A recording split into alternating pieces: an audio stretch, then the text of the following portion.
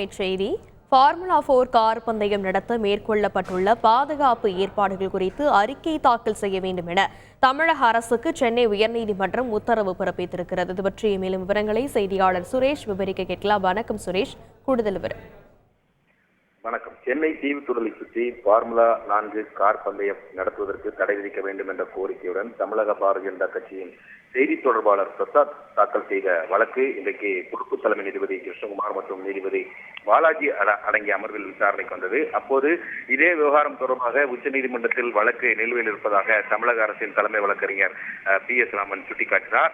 இதை மறுத்த மனுதாரர் தரப்பு மூத்த வழக்கறிஞர் ராகவச்சாரி, பந்தயம் நடத்த அரசு செலவிட்ட தொகையை திருப்பி செலுத்த வேண்டும் என்று ஏற்கனவே உயர்நீதிமன்றம் பிறப்பித்த உத்தரவை எதிர்த்துதான் உச்சநீதிமன்றத்தில் மேல்முறையீடு செய்து அந்த வழக்கு நிலுவையில் இருக்கிறது. அந்த வழக்குக்கும் தற்போது தாக்கல் செய்யப்பட்டிருக்கக்கூடிய வழக்குக்கும் தொடர்பு இல்லை என்று தெரிவித்தார்.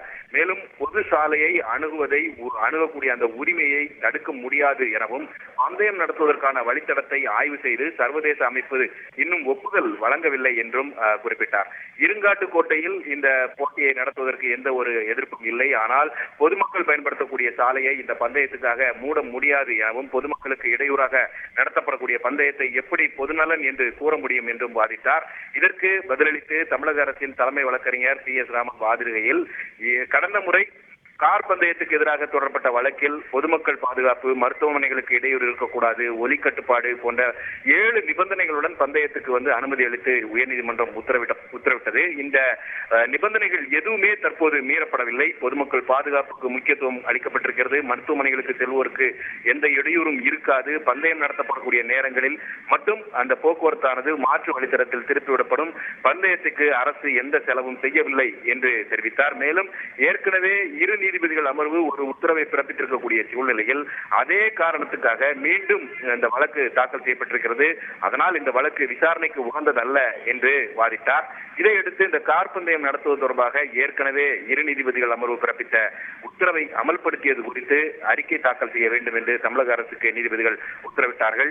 வழக்கின் விசாரணை பிற்பகல் 2:15 மணிக்கு தள்ளி வைக்கப்பட்டிருக்கிறது. அதே சமயம் போக்குவரத்து சீராக இருக்க வேண்டும், மக்களுக்கு அசௌகரியம் இருக்கக்கூடாது, பொதுமக்கள் பாதுகாப்பை உறுதி செய்ய வேண்டும், மருத்துவமனைகளுக்கு இடையூறு இருக்கக்கூடாது என்றும் நீதிபதிகள் கருத்தை தெரிவித்திருக்கிறார்கள். இந்த வழக்கின் விசாரணையானது இன்றைக்கு பிற்பகல் 2:15 மணிக்கு தள்ளி வைக்கப்பட்டிருக்கிறது. அப்போது அரசு தரப்பில் உரிய அறிக்கைகள் தாக்கல் செய்யப்படும் என்று எதிர்பார்க்கப்படுகிறது. விரிவான விவரங்களுக்கு நன்றி சுரேஷ். செய்திகளை உடனுக்குடன் தெரிந்து கொள்ள உடனே சப்ஸ்கிரைப் பண்ணுங்க.